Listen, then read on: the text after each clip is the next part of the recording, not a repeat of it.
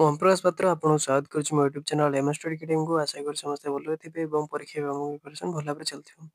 ଆଜିର ଭିଡ଼ିଓରେ ଆମେ ପରସେଣ୍ଟେଜ୍‌ର ଯେତିକି ସବୁ ଆମର ଫର୍ମୁଲା ଅଛି, ଟ୍ରିକ୍ସ ଅଛି ଆଉ କ୍ୱେଶ୍ଚନ୍ ସଲ୍ଭ କରି ଆମେ ଜାଣିପାରିବା ଯେ କେମିତି କ'ଣ ଆମେ ସଲ୍ଭ କରିବା ଆଉ ପରୀକ୍ଷାରେ କେମିତି ଆପଣ ଖୁବ୍ କମ୍ ଟାଇମ୍‌ରେ ସଠିକ୍ ଭାବରେ ଉତ୍ତର ବାହାର କରିପାରିବେ। ତ ଭିଡ଼ିଓଟି ଫୁଲ୍ ଦେଖନ୍ତୁ। ଭିଡ଼ିଓ ଯଦି ଆପଣଙ୍କୁ ଭଲ ଲାଗିଲା ଭିଡ଼ିଓଟିକୁ ଲାଇକ୍ କରିଦେବେ, ଚ୍ୟାନେଲଟି ସବସ୍କ୍ରାଇବ୍ କରିଦେବେ ଏବଂ ବେଲ୍ ଆଇକନ୍‌ଟି ଅଲ୍‌ରେ ସେଟ୍ କରିଦେବେ। ଯାହାଫଳରେ ଯେତେବେଳେ ଭିଡ଼ିଓ ଆପଣଙ୍କ ଅପଲୋଡ୍ ହେଉଛି ଆପଣଙ୍କ ପାଖରେ ପ୍ରଥମେ ପହଞ୍ଚିପାରିବ। ସମୟ ନଷ୍ଟ କରିବାନି, ଦେଖିବା ପରସେଣ୍ଟେଜ୍‌ର କିଛି କ୍ୱେଶ୍ଚନ୍ ଯେମିତିକି ପରୀକ୍ଷାରେ ଆସିବ। ଫାଷ୍ଟ କିଛି ବୁଝେ ଯେ ପରସେଣ୍ଟେଜ୍ କାହିଁକି ଆମେ ୟୁଜ୍ କରିବା, ଯେ ଆମର ଦରକାର କ'ଣ କ୍ୱେଶ୍ଚନ୍ ଅନୁସାରେ ଆମେ ଜାଣିବା କି କୋଉଠି କ'ଣ ପରସେଣ୍ଟେଜ୍ ପଡ଼ିବ। ପ୍ରଥମ କଥା ହେଉଛି ପରସେଣ୍ଟେଜ୍ ହେଉଛି କେମିତି ଆମେ ୟୁଜ୍ କରିବା। ଆମର ପରସେଣ୍ଟେଜ୍‌ର ସାଇନ୍ ହେଉଛି କେମିତିଆ ନା ଏମିତିଆ ହେଲା। ଏଇଟା ହେଉଛି ପରସେଣ୍ଟେଜ୍‌ର ସାଇନ୍। ୟା ମିନିଂ କ'ଣ ଯେ ଆମେ ସବୁବେଳେ କ'ଣ 100ରୁ ହେଲା, ଯଦି ଓଡ଼ିଆରେ ବୁଝିବା କ'ଣ 100ରୁ ହେଲା, ସବୁବେଳେ 100ରୁ ଆମେ ୟୁଜ୍ କରିବା। ଧର ଯୋଉ ମୁଁ କହୁଛି ଲେଖା ହେଇଥିବ କ'ଣ 10% ମାନେ କ'ଣ ନା 100ରୁ କେତେ 10 ଯାହା ଲେଖା ହେଇଛି ସେଇଟା ମାନେ କ'ଣ ନା 100ରୁ କେତେ 10 ଏଟାକୁ ଆମେ ଡିନୋଟ୍ କେମିତି କରିବା ବା ଲେଖାଯାଏ କେମିତି 10ରୁ 100 ମାନେ କ'ଣ ଯେଟା ଆପଣ ପରୀକ୍ଷାରେ ନମ୍ବର ପାଆନ୍ତି ସେଟା ଉପରେ ରୁହେ ମାନେ 10 ରହିଲା ତଳେ ଫୁଲ୍ ମାର୍କ ବା ତଳେ ଯେତିକି ରୁ ମାନେ କେତେ 100 ଏତିକି ବୁଝିଗଲେ ଆପଣଙ୍କ ସରିଗଲା ପରସେଣ୍ଟେଜ୍ ଟପିକ୍ ସରିଗଲା ଆଉ କିଛି ନାହିଁ। ଆପଣ 10% ଲେଖାଯାଇଛି ମାନେ ଉପରେ କ'ଣ ରହିବ ଯେତିକି ରହିଲା ଡିଭାଇଡ୍ ବାଇ ସେତିକି ହେଲା। ଆଉ ଗୋଟେ କଥା କ'ଣ ୟାକୁ ସବୁବେଳେ ଫ୍ରାକ୍ସନରେ ଆମେ କାଟିକି କରିବା ଯାହାଫଳରେ କ'ଣ ହବ ଆପଣ ଖୁବ୍ କମ୍ ଟାଇମ୍‌ରେ କାଲକୁଲେସନ୍ କରିବା ପାଇଁ ପଡ଼ିବନି। ଆପଣ ବଡ଼ ଧର ବାହାରିଥିବ 35% ହେଲା 1235% କ'ଣ କରିବା ନା ଆମେ ଯଦି କାଟିକି ବା ୟା ମାନେ କ'ଣ 1235 ଡିଭାଇଡ୍ ବାଇ 100 ଯଦି ଆମେ ୟାକୁ ଫ୍ରାକ୍ସନ୍ ଆକାରରେ ମନେ ରଖିଥିବା ତାହେଲେ ଆପଣ ବେଶୀ ଗୁଣନ କରିବାର ନାହିଁ। ଯେମିତିକି ଦେଖୁଛନ୍ତି କ'ଣ 10/100 କାଟିଦେଲେ କେତେ ହେଇଯିବ 1/10 ମାନେ ଆମେ 10/100 ଲେଖିବା ଯାହା 1/10 ଲେଖିବା ସେଇଆ। ବୁଝିପାରିଲେ ଏବେ? ଏବେ ଦେଖନ୍ତୁ ଆଉ କିଛି ଆପଣଙ୍କୁ କହିଦଉଛି ଯେ ଯୋଉଟାକ ମନେ ରଖିବା ପାଇଁ ପଡ଼ିବ। କିଛି ନାହିଁ 500ଟା ଅଛି ବୋଧେ। ଯେମିତିକି ଆପଣ 10% ମାନେ କେତେ ମନେ ରଖିବେ ନା ଯଦି ଫ୍ରାକ୍ସନରେ କନଭର୍ଟ କରିବା କେତେ ହେବ 10/100 ମାନେ କେତେ 1/10। ସେମିତିଆ ଯଦି ଆପଣଙ୍କୁ କହିଛି କେତେ ନା 20%। 20% ମାନେ କେତେ ହେବ 20/100 ମାନେ କେତେ 1/5 ମାନେ ଆମର 20% ଲେଖିବା ଯାହା 5ରୁ 1/5 ବା 5ରୁ 1 ଲେଖିବା ସେଇଆ। ତ ଯୋଉ ମୁଁ କହିଛି କେତେ ନା 25% ମାନେ କେତେ 1/4 ହେଲା। ଆପଣ ନିଜେ ବି କରିକି ମୁଁ ବହୁତ ପ୍ରାକ୍ଟିସ୍ କଲା ପରେ ମୁଁ ଏତେ ସ୍ପିଡ୍ ଲେଖିପାରୁଛି କାହିଁକି ମୁଁ ନିଜେ ପ୍ରାକ୍ଟିସ୍ କରିଛି ମୁଁ ବାହାର କରିଛି ବାରମ୍ବାର ୟୁଜ୍ କରିବା ଯୋଗୁଁ ଏଇଟା ହେଇଛି। ଆପଣ ଯଦି କ୍ୱେଶ୍ଚନ୍ ସଲ୍ଭ କରିବେ 2-3ଟା କ୍ୱେଶ୍ଚନ୍ ସଲ୍ଭ କଲା ପରେ ଆପଣଙ୍କ ମନରେ ଆସିବ ଆପେ ଆପେ। ଯେମିତିକି ଲେଖା ହେଇଥିବ ଯୋଉଠି 25% ଆପଣ କହିପାରିବେ କେତେ 1/4 ବୁଝିପାରିଲେ। ସେମିତି ଯୋଉ ଲେଖା ହେଇଥିବ କେତେ 30% କୁହନ୍ତୁ କେମିତି ହବ 30/100 ମାନେ କଟିଗଲେ 0 କଟିଲେ କେତେ ନା ସାର୍ 3/10 ହେଲା। ସେମିତି ଆପଣ ଧର ଯୋଉ କହିଥିବ 40% କ'ଣ 40/100 ମାନେ ସାର୍ 4/10 ବଢ଼ିଆ। ତେଣୁ ବୁଝିପାରିଲେ ଯୋଉ କହିଥିବ 50% ହେଲା 50/100 ମାନେ ସାର୍ କାଟିଦେଲେ କେତେ ହେଇଯିବ 1/2 ହେଲା। ଏମିତି ସବୁ ଗୁଡ଼ାକ ମନେ ରଖିଥିବେ। ଯେମିତି ଧର 80% କହିଥିବ କେତେ 8/10 ସେମିତି ଧର 90% କହିଥିବ 9/10 ତେଣୁ ସେମିତି ସବୁ ଅଛି ବୁଝିପାରିଲେ। ଏବେ ଖାଲି ଆଉ କିଛି କଥା ଆପଣଙ୍କୁ କହୁଛି ମନେ ରଖନ୍ତୁ। ପରସେଣ୍ଟେଜ୍‌ରେ କ'ଣ ହୁଏ ନା ଧର ଯୋଉ କହିଥିବ କ୍ୱେଶ୍ଚନ୍‌ରେ ଧର ଯୋଉ ଜଣଙ୍କର ବୟସ ଆଉ ଜଣଙ୍କ ପାଖରୁ କେତେ 10% ଅଧିକ ମାନେ କ'ଣ ଲେଖା ହେଇଥିବ 10% ଇଂଲିଶ ଯଦି ଲେଖା ହେଇଥିବ କ'ଣ ନା ମୋର ଲେଖା ହେଇଥିବ ଯଦି ଓଡ଼ିଆରେ ଲେଖା ହେଇଥାଏ କ'ଣ ନା ଅଧିକ ହେଲା। ଏଇଟା ଲେଖା ହେଇଥିବ। ତେଣୁ ଆପଣ କ୍ୱେଶ୍ଚନ୍ ସଲ୍ଭ କରିବେ କେମିତିଆ ଜଣଙ୍କର ବୟସ ବା ଜଣଙ୍କର ମାର୍କ ଆଉ ଜଣ ପାଖରୁ କେତେ ପରସେଣ୍ଟ ଅଧିକା 10% ଅଧିକା। ମୋର ଲେଖା ହେଇଛି ମାନେ ଆପଣ କିଛି କରିବାର ନାହିଁ 100ରେ କେତେ ଯାହା ଦେଇଥିବ ସେଟା ପ୍ଲସ୍ କରିଦେବାର ଅଛି ମାନେ କେତେ 100ରେ କେତେ 10। ଯଦି କହିଥାନ୍ତା ସାର୍ ଆପଣ ମୋର କହିଲେ ଯଦି ଲେସ୍ କହିଥିବ ମାନେ କମ୍ ହେଲା ଯଦି ଲେସ୍ ଦେଇଥିବ କିଛି ନାହିଁ ଏଠି ମୋର ମାନେ ଆମେ ପ୍ଲସ୍ କଲୁ ଏଠି କ'ଣ କରିବା ମାଇନସ୍ କରିବା ସେମିତି 100ରୁ କେତେ ମାଇନସ୍ କରିବା 10 ମାଇନସ୍ କରିଦେବା କେତେ ହେଲା 90 ବୁଝିପାରିଲେ। ଆଉ କିଛି ନାହିଁ ଏତିକି ସରିଗଲା ଆପଣ ପରସେଣ୍ଟେଜ୍ ଟପିକ୍‌ଟା। ଦେଖିବା କ୍ୱେଶ୍ଚନ୍ ଆପଣ ଏତିକି ତ ବୁଝିଲେ ଏବେ ଦେଖିବା କ୍ୱେଶ୍ଚନ୍ ଆକାରରେ କେମିତି କ'ଣ କରିପାରୁଛନ୍ତି। ବଢ଼ିଆ କ୍ୱେଶ୍ଚନ୍ ଗୁଡ଼ାକ ଅଛି ନିଜେ ସଲ୍ଭ କରି ଦେଖିପାରନ୍ତୁ କମେଣ୍ଟ ସେକ୍ସନ୍‌ରେ ମୋତେ ଜଣେଇବେ ଯେ ଏଟାର ଉତ୍ତର କ'ଣ ହବ ହେଲା। क्वेश्चन कौन अच्छी ना the difference between 88% of A number of the the difference between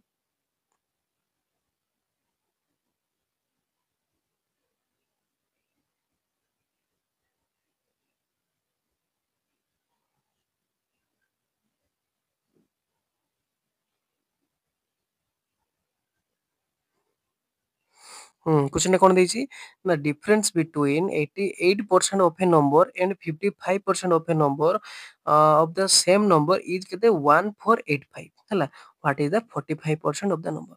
ଆପଣ କିଛି ଦେଖିବା ନାହିଁ କଣ ଦେଇଛି ନା ଡିଫରେନ୍ସ ବିଟୱିନ୍ 88% ଆଉ କଣ 55% ସାର୍ ଆପଣ ତ କହିନଥିଲେ କିଛି ନାହିଁ ଯେତିକି ଆପଣ କ୍ୱେଶ୍ଚନ ପଢିଦେଲା ପରେ ଆପଣଙ୍କ ଆଇଡିଆ ଆସିବ ଯେ କଣ ଦେଇଛି ନା ଏଇ ଯୋଉ ଏତିକି ପରସେଣ୍ଟ ଆଉ ଏତିକି ପରସେଣ୍ଟ ଡିଫରେନ୍ସ ଟା କେତେ ନା 1485 ସାର୍ 88% ସେଠି 88% କାଢ଼ିବାର ଅଛି କି x ନେବାର ଅଛି କି y ନେବାର ଅଛି କି କିଛି ନାହିଁ। ଗୋଟେ ସଲ୍ଭ କରିବା ପାଇଁ ଆପଣଙ୍କୁ ଟ୍ରିକ୍ସଟା କହୁଛି ଆପଣ କେବେ x y 100 200 ଏମିତି ୟୁଜ୍ କରିବା ଦରକାର ନାହିଁ। ଆପଣଙ୍କୁ ଏଠି ସେ ଡାଟା ଯାହା ଦେଇଥିବ ସେ ଅନୁସାରେ ଆପଣ ଦେଖିବାର ଅଛି। କଣ ଅଛି 88% ଆଉ କେତେ ନା 55% ତାର ଡିଫରେନ୍ସଟା ମାନେ କଣ ବିୟୋଗ କଲେ କେତେ ହେବ ନା ସାର୍ 1485 ଆପଣ ଏଠି x ନେବାନି y ନେବାନି ଖାଲି ଆପଣ କ୍ୱେଶ୍ଚନରେ ଲେଖିବାର ଅଛି କେତେ 88% 55% ଇଜ ଇକ୍ୱାଲ୍ ଟୁ କେତେ 1485 ଏତିକି ତ କୁହାଯାଇଛି ଯେ ଗୋଟେ ସଂଖ୍ୟାରେ ଏତିକି ପରସେଣ୍ଟ ସେମାନେ କେତେ ମାଇନସ୍ କଲେ ଏତିକି ବାସ୍ ଏବେ ଦେଖନ୍ତୁ 88% ରୁ 55% କଲେ କେତେ ସାର୍ 33% ବାସ୍ ସେ 33% ଇଜ ଇକ୍ୱାଲ୍ ଟୁ କେତେ ଦେଇଛି କ୍ୱେଶ୍ଚନ ଅନୁସାରେ ନା ସାର୍ 1485 ବାସ୍ ଏତିକି ସରିଲା ଏବେ କଣ କରିବାର ଅଛି ନା ପରସେଣ୍ଟେଜ ସାର୍ ପରସେଣ୍ଟେଜ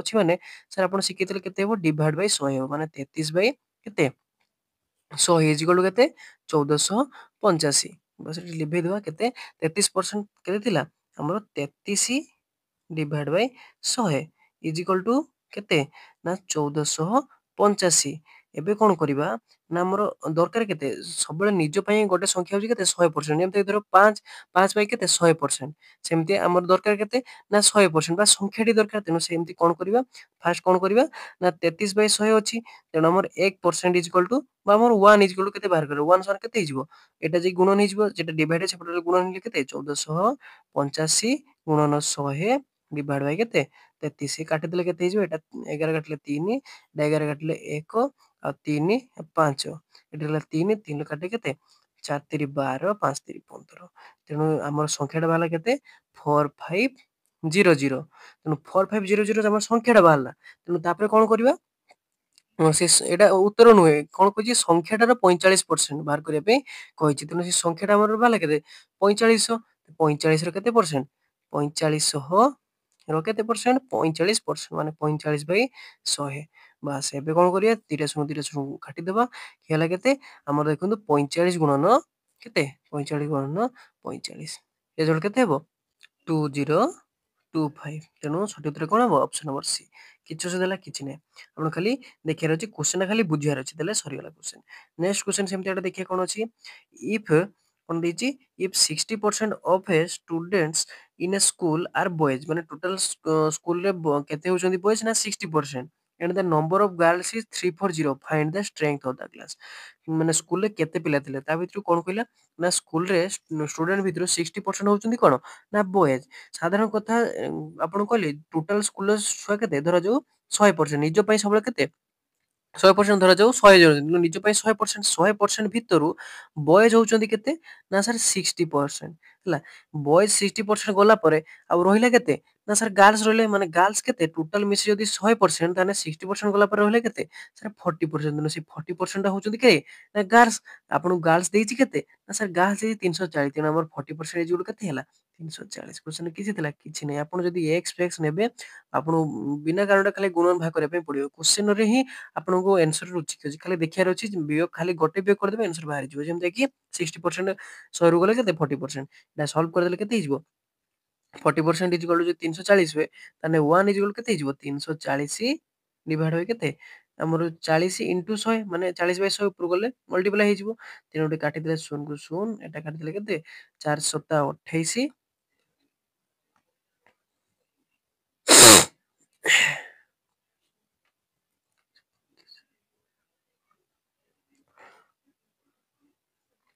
କେତେ 85 ଇଣ୍ଟୁ 10 କେତେ 850 ହେଲା ତେଣୁ ଆମର ଟୋଟାଲ ଆମର ସ୍କୁଲର ଛୁଆ କେତେ ନା 850 ଜଣ ହେଲା ବୁଝିପାରିଲେ କିଛି ଅସୁବିଧା ନାହିଁ ଏଇଟା ଖାଲି ବିୟୋଗ କରିଦେଲେ ଆନ୍ସର ବାହାରିଲା ତେଣୁ ଅପସନ ନମ୍ବର ଏଟା ଠିକ ହେବ 850 ବୁଝିପାରିଲେ କିଛି ନାହିଁ ତେଣୁ 3 ନମ୍ବର କ୍ୱେଶ୍ଚନଟା ଏବେ ଦେଖିଥିବା କଣ ଅଛି ନା 2 number respectively 20% and 50% more than the third number what is the percentage of the first ଆଉ second क्वेश्चन କିଛି ନାହିଁ ଆପଣ ତିନିଟା ନମ୍ବର ଏଜ୍ୟୁମ କରିବାର ଅଛି କଣ ଧରାଯାଉ first number a second number b third number c କଣ କହିଲା two number are respectively 20% and 50% ମୋର ଦେନ୍ ଦ ଥାର୍ଡ ନମ୍ବର ହେଲା କଣ କରିବା ଆପଣ କଣ କହିଥିଲେ ଧରାଯାଉ ମୋର କହିଥିଲେ 20 ଆଉ 50 ଧରାଯାଉ ସଂଖ୍ୟାଟା କେତେ ନା 100 ଅଛି 100 ରୁ କେତେ ପରସେଣ୍ଟ ଅଧିକା ଧରାଯାଉ ସଂଖ୍ୟାଟି ଅଛି କେତେ 100 ହେଲା 20% ଅଧିକା ଧରାଯାଉ ବିଟା 20% ଅଧିକା ମାନେ 100 ରେ କେତେ ପ୍ଲସ ହବ 20 ସାର୍ 120 ହବ ବାସ୍ ଏବେ କଣ ଥାର୍ଡ ସଂଖ୍ୟାଟା କଣ ହବ 50% ଅଧିକା ମାନେ କେତେ ସାର୍ 150 ବାସ୍ ଆପଣ ଜାଣିଛନ୍ତି ଯେତେବେଳେ ତିନିଟା ସଂଖ୍ୟା ଭିତରେ ଆମେ ରେସିଓ ବାହାର କରେ ଆମେ ଯଦି କମନ ଯାହା ଥିବ ସେଟା କାଟିଦିଏ ମାନେ ଧର 0 0 0 କଟିଗଲା କିଛି ନାହିଁ। ଏବେ କଣ ଅଛି ଦେଖନ୍ତୁ, ଏଠି 10 ଅଛି, ଏଠି 12, ଏଠି 5 ଆଉ କଟିବନି, ତେଣୁ ସେଇଟା ରହିଲା 10:12:15 ସରିଲା। ଏବେ କଣ କରିବା, ପଚାରିଛି what is the percentage of the first of the second. First of the second ପିଲାମାନେ ବାରମ୍ବାର କଣ କରନ୍ତି, ସେ ଜାଣିପାରନ୍ତିନି ଯେ କୋଉଟା ଲବର ରହିବ କୋଉଟା ହର ରହିବ।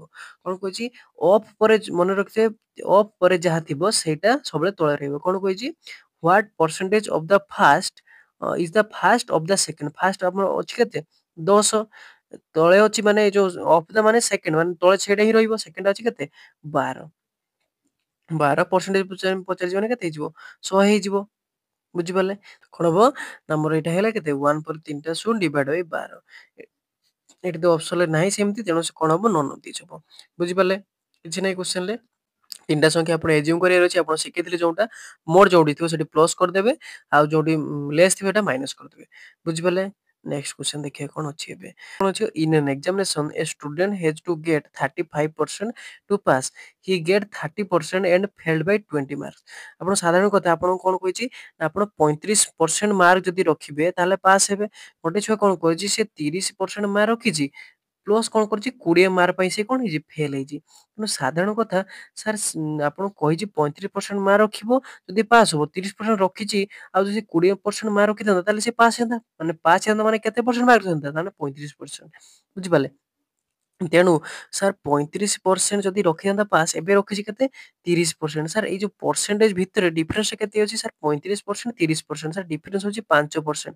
ସେ 5% ଆମର ଦେଇଛି କେତେ, ବା ଆମ ସେ ଯଦି 20 ମାର୍କ ଅଧିକା ରଖିଥାନ୍ତା ତାହେଲେ ସେ କେତେ ପରସେଣ୍ଟ ମାର୍କ ଅଧିକା ରଖିଥାନ୍ତା, ତାହେଲେ ଆମ 5%, ଯଦ୍ୱାରା କି ସେ ପାସ୍ ହେଇଥାନ୍ତା।